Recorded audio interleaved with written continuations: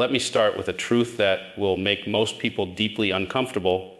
You don't need a lot of money to live well. But almost nobody believes that anymore. Modern society has conditioned people like lab animals. Pavlov had his bell. Today, advertisers have their screens.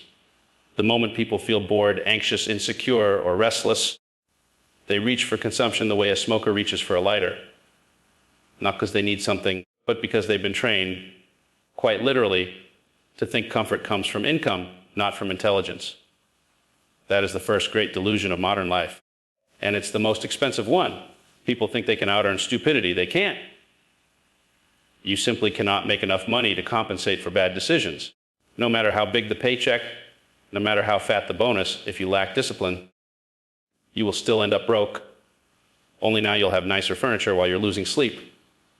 I've watched this play out for 7 decades. I've seen smart people with prestigious degrees and high status jobs living paycheck to paycheck. Not because they're unlucky, because they refuse to live rationally, because they cannot say no to the noise. And the noise today is deafening. The world is a factory of temptation. Advertisers have done something remarkable.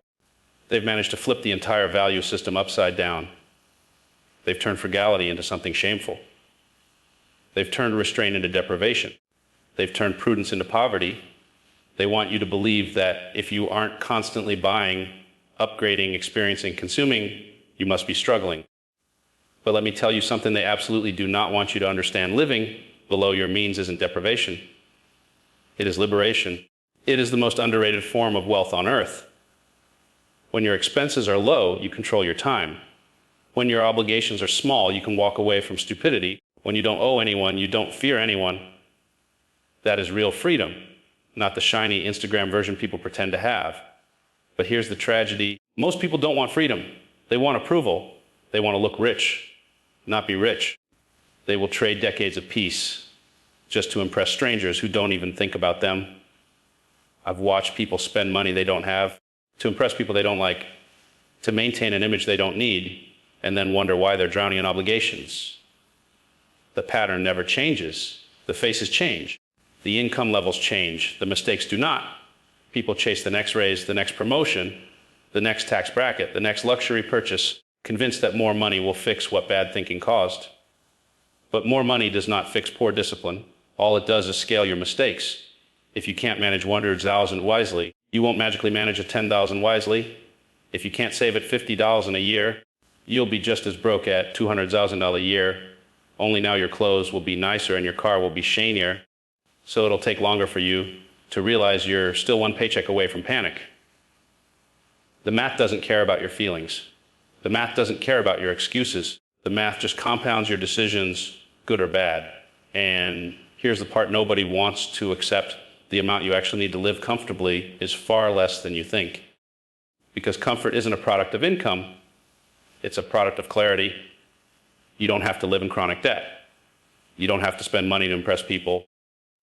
You don't have to purchase things you don't even remember wanting. You don't have to sprint on the treadmill of endless obligations until your life collapses. You just need to stop acting like you're immune to arithmetic. Warren and I built Berkshire Hathaway on embarrassingly simple principles. Spend less than you earn. Invest the rest. Repeat for decades. That's it. That's the entire blueprint. People complicate it because they don't like the answer. Simple doesn't mean easy. Simple means discipline. And discipline doesn't trend on Instagram. The world sells excitement, not prudence. You'll never see an advertisement that says, buy nothing. Stay solvent. There's no profit in teaching you to think. So you must train yourself. Train yourself to value peace over pleasure, clarity over clutter, control over convenience. If you want a comfortable life, start by keeping your bills low. Because the moment your bills rise, your freedom falls. Every loan, every subscription, every small monthly payment is another chain, a chain around your time, around your choices, around your sleep. If you can't sleep peacefully unless your paycheck arrives on Friday, then you are not living freely. You are living on rented peace. And rented peace always expires. Modern life has built a clever trap. I call it the monthly expense treadmill. It starts small, a subscription here, a gadget there. A newer phone because you deserve it. A bigger house because you've worked hard. Furniture for the house, insurance for the car, payments for the lifestyle. Then one day you wake up working just to feed the machine you built. You are no longer living life, you're financing it. And every addition felt reasonable. But the sum of reasonable can become ruinous. You can run faster and faster, but the treadmill speeds up with you. You can't win by running harder, you only win by stepping off. How do you step off? Not with deprivation, not with misery, not with monk-like austerity. You step off with deliberate simplicity, not owning nothing, owning intelligently, not avoiding spending, avoiding stupidity, not rejecting comfort, choosing freedom before comfort. Start by writing down every recurring bill, every subscription, every automatic charge you forgot about. Then ask yourself the question most people will never dare to face: if I lost my job tomorrow, how long could I survive without panic? Most people can't last a month. Some can't last a week. That's not living. That's gambling. The wealthy don't gamble like that. They build what we call a margin of safety. The first step to building that margin isn't earning more, it's owing less. Lower expenses equal higher endurance. Endurance buys you time. Time buys you clarity. Clarity buys you opportunity. If you lower your lifestyle burn rate, you reclaim control over your life. Because when your bills are small, your courage grows. And when your courage grows, your decisions improve. And when your decisions improve, your life compounds. This is the foundation. This is where freedom begins. Not with income. With restraint, with awareness, with structural simplicity. Now let me explain something that people never figure out until it's too late. Your income isn't the problem, your reflexes are. People have financial reflexes carved into them by culture, by advertising, by habit, by insecurity, by imitation. They learn to respond to money emotionally instead of strategically. You hand them an extra dollar and they immediately search for a new way to spend it. It's not rational. It's a conditioned response. Most people don't rise with their income, they inflate with it. Their first instinct with a raise is not investing, it's upgrading. They don't ask, how can this new money make me wealthier? They ask, what can I buy now that I couldn't buy yesterday? It's the wrong question. It leads to the wrong life. Let me break something down. Very few people are ruined by low income. Millions are ruined by high expenses. That is the silent killer. That's the hidden poison in the system. People think their biggest financial challenge is earning. It's not. It's enduring. When your lifestyle expands faster than your income, you become a prisoner of your own desires. You lock yourself into jobs you hate with people you don't respect. In cities you can't afford, living a life you can barely maintain. That's the tragedy. People don't trap themselves with bad jobs.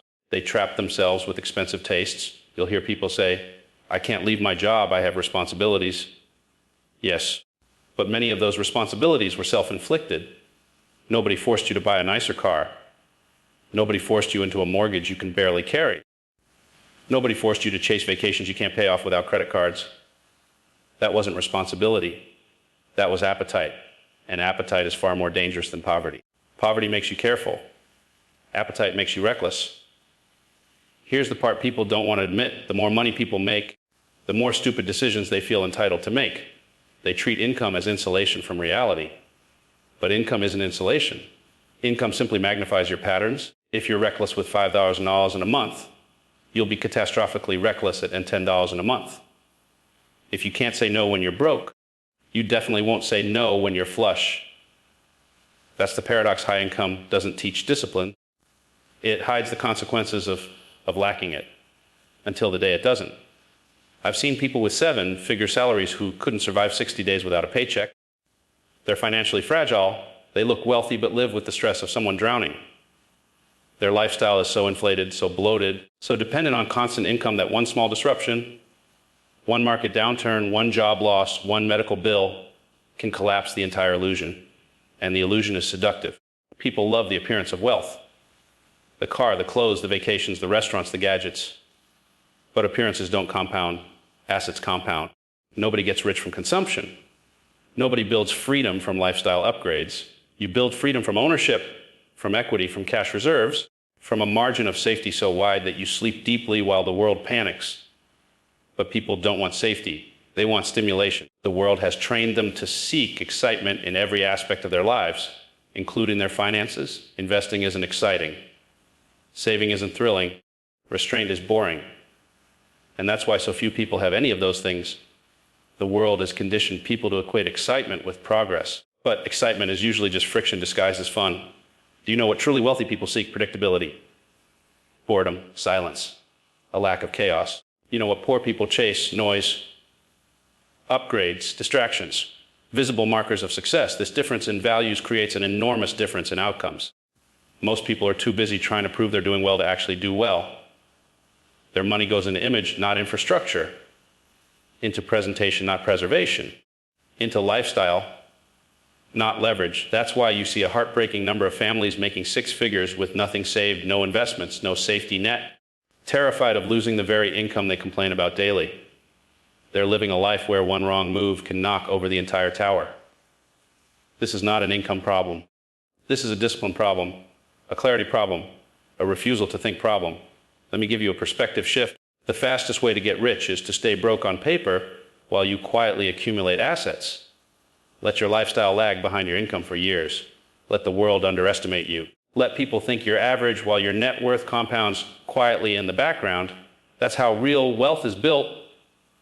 Hidden, disciplined, undramatic. You want to see real financial power? Look at the person who makes $60 a year, lives on $35 on it, invest the difference, and has 10 years of expenses saved. That person is untouchable, unshakable, free. Meanwhile, the person making $200 and spending the $2 to $10 in financing every corner of their lifestyle is one recession away from panic. Their income is high, but their freedom is low. Their paycheck looks impressive, but their stress is astronomical. The key is not income, it's optionality. Optionality means your life isn't dictated by your bills. It means you can walk away, pivot, change careers, switch paths, take risks, pursue opportunities, and make decisions based not on desperation, but on strategy. And optionality comes from low expenses, not high earnings. This is why frugality is misunderstood. People think frugality means living like a monk. No. Frugality means building power. It means creating a margin so wide that life's punches land but don't knock you down. It means controlling your desires instead of letting your desires control you. People say, I just want to enjoy life. Then stop building a life you can barely afford. Do you know what ruins enjoyment? Anxiety, debt, obligation, financial fragility, constant fear of catastrophe. Joy doesn't come from consumption. Joy comes from stability. But stability requires the courage to say no to the small pleasures so you can say yes to the big opportunities. Let me give you the formula most people will spend their whole lives avoiding. If you live below your means, the world becomes optional. If you live above your means, the world becomes dangerous. Living above your means is a silent emergency. Living below your means is a superpower. People say they want freedom, but they reject the habits that create freedom. Freedom comes from sacrifice up front, not sacrifice of happiness, sacrifice of ego. Skip the purchases that weaken you. Skip the upgrades that trap you. Skip the bills that chain you. Skip the lifestyle that forces you into permanent hustle mode. What you save in ego, you gain in opportunity. Because when your burn rate is low, your life becomes flexible. And when your life becomes flexible, you rise faster. This is where wealth begins. Not with luck, not with timing, not with talent, not with income, with discipline. People love the idea of being wealthy. They just hate the behaviors that produce wealth. But if you can tolerate being underestimated, if you can tolerate being boring, if you can tolerate delaying gratification, you will end up living a life other people simply cannot imagine. Most people aren't held back by circumstances. They're held back by instincts they never question. They wake up, repeat the same money behaviors for 20 years, and then wonder why nothing changes. But if you observe long enough, if you really watch how people use money, you'll notice the same patterns, the same reflexes, the same fatal habits passed from one generation to the next. Let me give you one truth people refuse to face. People don't stay broke because life is unfair. They stay broke because their identity depends on doing what feels good now, and good now is almost always expensive later. People are wired for immediacy. They want relief, validation, pleasure, stimulation, convenience, perception, and money is the fastest way to buy those feelings. But here's the catch. Every feeling money buys today is a feeling you'll pay for tomorrow, with interest. If you want to understand why people stay broke, don't look at their bank account. Look at their behaviors. They chase comfort, not capability. They chase validation, not value. They chase status, not strategy. They chase dopamine, not discipline. And then they wonder why life feels heavier every year. Let me break the psychology down piece by piece. 1, people spend to feel in control because they have no real control. You ever watch someone who's stressed walk into a mall? They buy things not because they need them, but because spending makes them feel temporarily powerful. A purchase becomes a substitute for agency. They can't control their job, their relationships, their future, their self, discipline, but they can control buying something. So they do. And the irony, the more they spend to feel in control, the less control they actually have. Real control comes from margin, from reserves, from having the ability to say no, not the compulsion to say yes. But margin comes later. Spending gives you a hit right now, and people are addicted to now. 2, people are terrified of being judged, so they buy camouflage. Most lifestyles today are costumes. People buy the car they can't afford, the clothes they don't need, the vacations they didn't plan for, all to escape a deeper fear, looking like they're not successful yet. But here's the joke nobody wants to hear. Trying to look successful is the fastest way to guarantee you never become successful. Every dollar spent on the appearance of wealth is a dollar stolen from the creation of wealth. Social pressure destroys more net worth than recessions.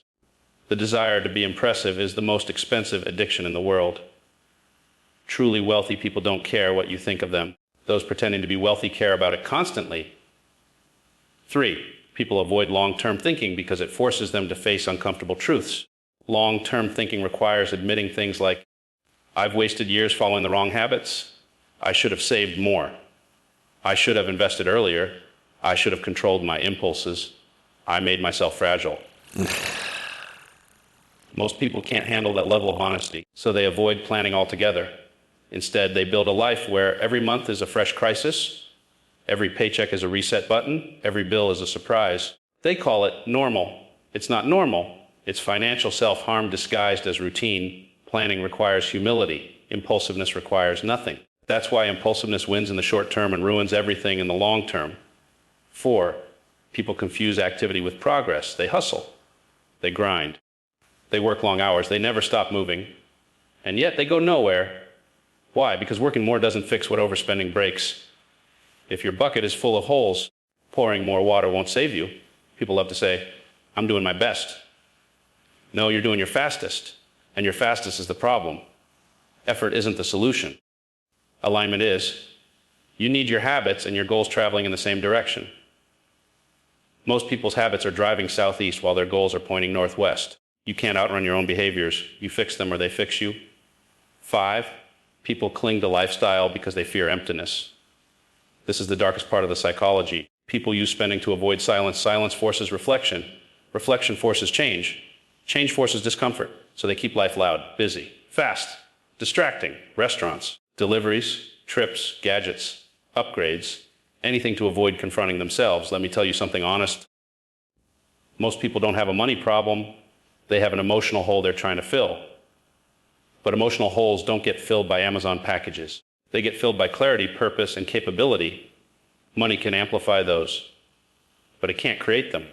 6, people want transformation without sacrifice. Everyone wants freedom. Everyone wants wealth. Everyone wants stability. Everyone wants breathing room. Everyone wants choice. But they don't want the behaviors that produce those things. They want the reward to show up without the behavior showing up first. They want growth without restraint, wealth without discipline, investments without patience, risk-taking without risk tolerance, success without the silence required to earn it. That's not how reality works. You pay the price first. You enjoy the outcome later. But people want to enjoy first and pay later. And that's how they become trapped. Because you don't just pay later, you pay more later. 7, people fear boredom more than they fear being broke. Wealth requires repetition, stable habits, predictability, simplicity. That sounds like death to people raised on dopamine. But here's the truth: wealth is built in boredom. Debt is built in excitement. Boredom is where you save. Boredom is where you invest consistently. Boredom is where you control desires. Boredom is where you eliminate foolish risks. Boredom is where margin accumulates. Excitement is where people lose everything. Every financial disaster begins with the sentence, wouldn't it be fun if, or I deserve this, or why not? The world pushes excitement, but excitement has a debt collector. Its name is regret. 8, people stay broke because they underestimate how dangerous small choices are. It's not the big decisions that ruin people. It's the small daily choices that compound quietly. A $15 a day on convenience, a $200 a month on subscriptions you don't use. 400 on restaurants, 300 on random pleasures, 700 on wants disguised as needs, a few thousand a year on celebrations that don't need celebrating. Small leaks sink big ships. People think wealth requires big wins, but wealth is really built by eliminating small losses. You don't need to double your income. You need to stop having your net worth. 9. People are addicted to the illusion that their future self will be responsible. This is the biggest trap of all. People assume my future self will handle it. My future self will save. My future self will invest. My future self will pay the debt. My future self will change. No, they won't. Your future self is just your present self, plus 5 more years of the same habits. If you're undisciplined today, you'll be undisciplined next year. If you overspend today, you'll overspend next year. If you avoid responsibility today, you'll avoid responsibility next year. Your future self doesn't save you. Your habits save you, and your habits start right now, or they never start 10. People sabotage their wealth because comfort feeds them, but discomfort frees them. The moment you can delay gratification longer than the average person, you pass the average person. The moment you can resist impulse longer than your peers, you rise above your peers. The moment you prioritize strength over appearance, your entire life changes trajectory. But most people would rather feel good now than feel powerful later. They don't realize you can't have both, not at the beginning. You choose one, you get the other if you're patient. It's not income that makes people wealthy. It's identity. It's who they decide to be. It's what they tolerate in themselves. It's what they refuse to let slide. You defeat a financial problem by defeating the behaviors that create it. You defeat the behaviors by changing the stories you believe. You change the stories by confronting yourself honestly, and honesty is painful, but so is being broke. The difference, one pain leads somewhere. The other pain never ends. At some point, after years of repeating the same destructive money patterns, a few people, very few, reach a breaking point. Not the kind where they declare bankruptcy or lose everything. Those are dramatic, loud, and obvious. I'm talking about the quiet breaking point. The moment someone wakes up, looks at their life, and realizes, I'm tired of being owned by their bills, owned by their impulses, owned by their habits, owned by their past decisions, owned by the lifestyle they created without ever planning to. That moment is the real beginning of wealth. Because wealth begins with awareness, not income. But awareness alone isn't enough. Awareness must turn into structure, and structure must turn into identity. Let's walk through what actually works. Not the fairy tales, not the Instagram nonsense, not the feel-good slogans, the real mechanics of escaping financial fragility. 1, the first step isn't earning more, it's stopping the bleed. People love to fantasize about higher income. It's comforting. If I just made more money, everything would be easier. And no, it wouldn't. It would just scale your problems. The first real move toward wealth is brutally simple. You tighten your expenses until they scream. You strip your life down to its essentials. You eliminate everything that weakens you. You learn to differentiate needs from narcotics, disguised as convenience. You cut every recurring payment that isn't fueling your growth. You get lean. You get sharp. You get intentional. People think this is deprivation. No, this is detox. You're removing the habits that have been poisoning you. 2, you build a margin of safety so wide it feels excessive. Most people have 2 weeks of runway. Some have 1 month. A small minority have 3 months. You want real peace. Try 6 months. Try a year. Try building a life where losing your income is an inconvenience, not an emergency. You don't know freedom until you've felt the calm that comes from a thick cushion between you and chaos. A margin of safety isn't just money. It's psychological power. It's emotional stability. It's the clarity to make decisions based on strategy, not fear. Fear is expensive. Stability is priceless. 3, you create a lifestyle that's permanently below your potential. This is where people fail. They think the goal is to save for a few months, invest a little, then go back to normal. No, you don't do this temporarily. You build a life where your baseline expenses stay low forever, even as your income rises. You lock in discipline as a permanent operating system. Every time your income increases, you don't upgrade your life. You upgrade your investments. You get richer on the inside, not louder on the outside. This is how wealthy families stay wealthy. This is how empires get built quietly. This is how net worth explodes while lifestyle stays steady. You want to know the real flex, not the car, not the house, not the clothes.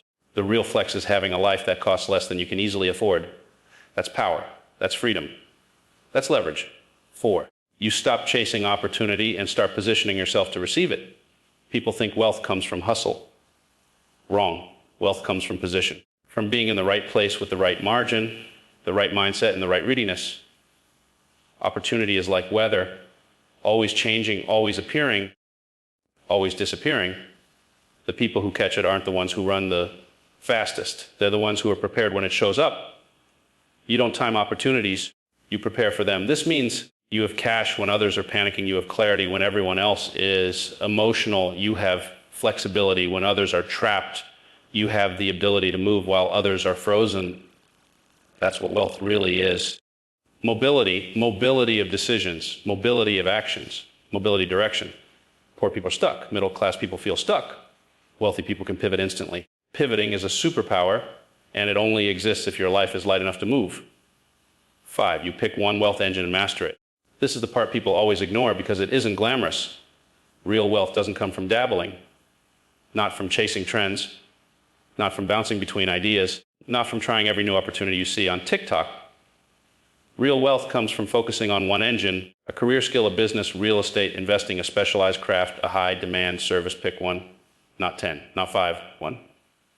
Then you give it a decade. Most people never get rich because they reset their focus every 6 months. They never build momentum. They never earn compounding. They never get through the boring middle where the real breakthroughs happen. The world rewards depth, not distraction. Choose your path. Go deep. Let everyone else scatter in 1,000 directions. They will look busy. They will look motivated. They will look active, but they will go nowhere. 6, you build systems that make the right decisions automatic. People think success comes from willpower. Willpower is a joke. It's inconsistent, emotional, and easily exhausted. Wealth comes from systems. Systems for saving, systems for investing, systems for controlling spending, systems for prioritizing, systems for learning. Systems don't care how you feel. They don't care if you're tired. They don't care if you're stressed. They don't care whether you feel motivated. Systems carry you when your emotions collapse. Automation is the quiet engine of every financially stable person. If you leave decisions up to emotion, emotion will always choose the path of least resistance and highest regret. Automate discipline. Automate contributions. Automate good behavior. Let the system do the heavy lifting. 7, you embrace a mindset of delayed dominance. Delayed gratification is too soft of a phrase. This is deeper. This is about delayed dominance, delaying pleasure now so you can dominate your life later. Every dollar you don't waste today is a soldier you send to fight for your future. Every impulse you control becomes an advantage. Every sacrifice you make becomes leverage. Every month you stay disciplined adds momentum. Over time, momentum becomes unstoppable. This is why wealthy people seem untouchable. They aren't lucky. They aren't special. They aren't superhuman. They simply lived a decade in quiet discipline while everyone else lived a decade in loud consumption. What you do in silence determines what you can do in public. 8, you make peace with being underestimated. This is where most people fail. They want praise. They want recognition. They want visible markers of progress. They want others to validate the journey, but building wealth requires invisibility.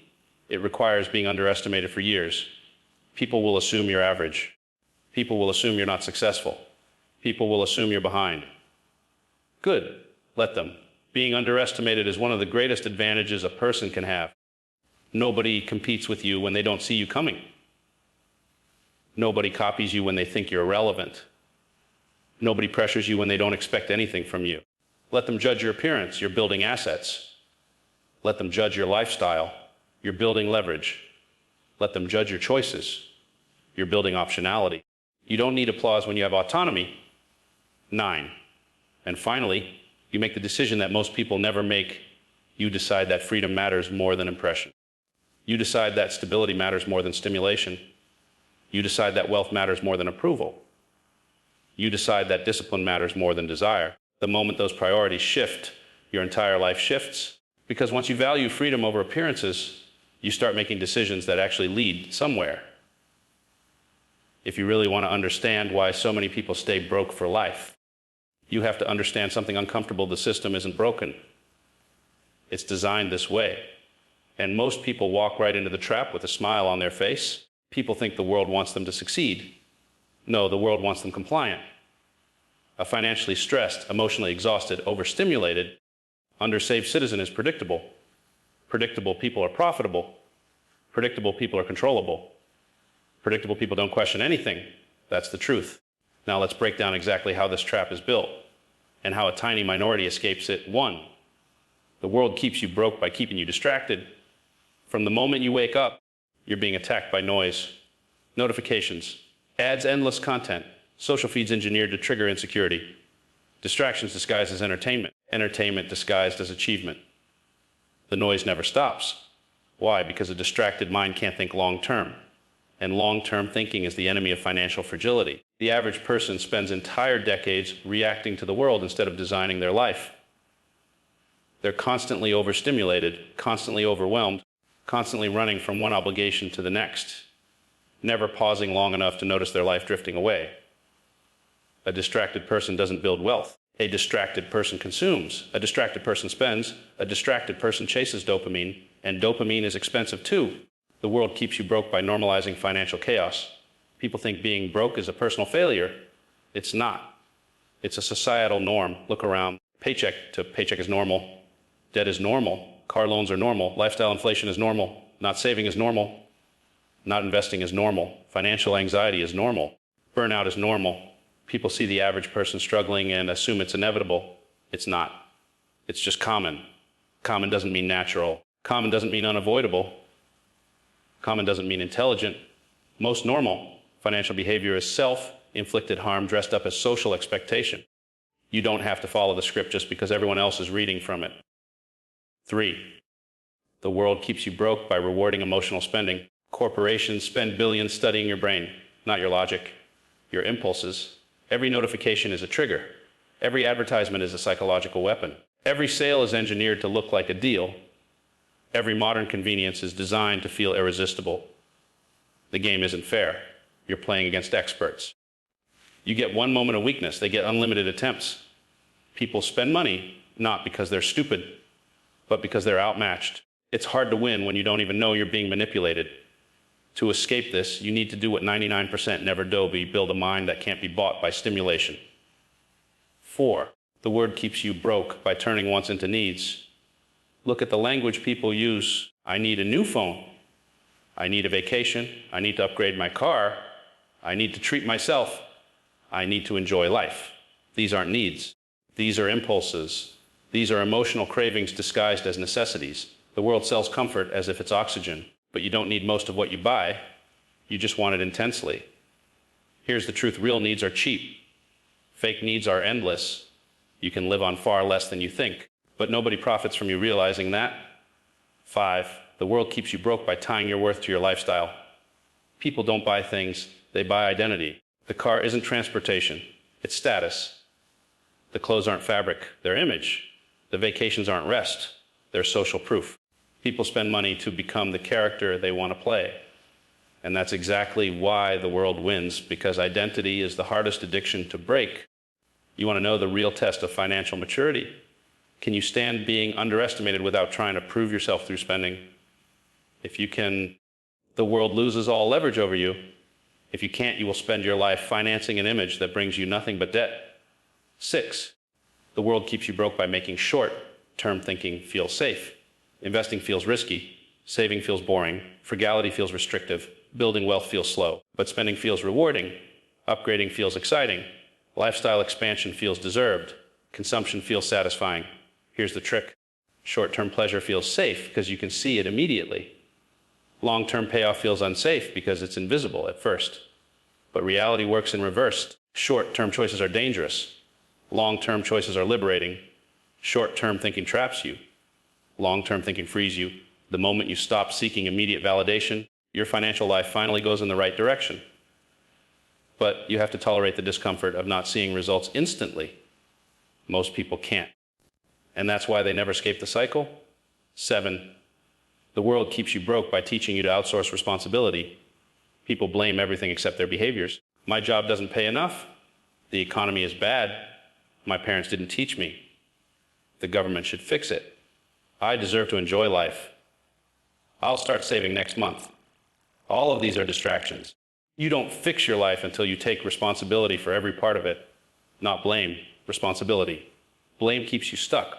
Responsibility makes you powerful. Responsibility says, it's my life, my choices, my habits, my outcomes, and my job to fix. And the moment you take full ownership is the moment your odds of success multiply. 8. The world keeps you broke by convincing you that freedom is complicated. People imagine wealth as this mysterious, complex, technically advanced process reserved for experts. Nonsense. Wealth is simple. Spend less than you earn. Invest the difference. Repeat for years. Increase your income. Avoid stupid decisions. Stay consistent. That's it. But simple doesn't mean easy. Easy requires discipline. Discipline requires identity. Identity requires transformation. That's the step most people skip. They want new outcomes without becoming a new person. 9. The world keeps you broke by giving you constant escape routes. Overspend. Put it on a card. Short on money. Buy now, pay later. Too much lifestyle. Refinance. Too many bills. Stretch the loan. Too many wants. Finance them. Too little income. Get a credit line. Debt is the modern drug. A silent, polite, smiling assassin. It lets people avoid consequences. And when you avoid consequences, you avoid growth. And when you avoid growth, your life never changes. Financial strength is built through friction. Debt eliminates friction. That's why debt eliminates potential. If you want freedom, the first rule is simple. You stop using debt to avoid responsibility. 10. The world keeps you broke. But you don't have to participate. You don't have to play the game. You don't have to live the script. You don't have to accept the defaults. You don't have to follow the herd. You don't have to impress anyone. You can opt out. When you reject the world's conditioning, the world loses its power over you. Because here's the secret. The game is only rigged for the players who never question the rules. Once you see the mechanics, you can beat them. Once you understand the psychology, you can outgrow it. Once you build discipline, you become untouchable. The world wants you broke. The system wants you busy. Culture wants you distracted. Corporations want you impulsive. Debt wants you trapped. But you don't have to be any of those things. Freedom begins the moment you decide, I refuse to be owned. That's the turning point. That's the shift that moves a person from struggle to control, from chaos to clarity, from survival to dominance.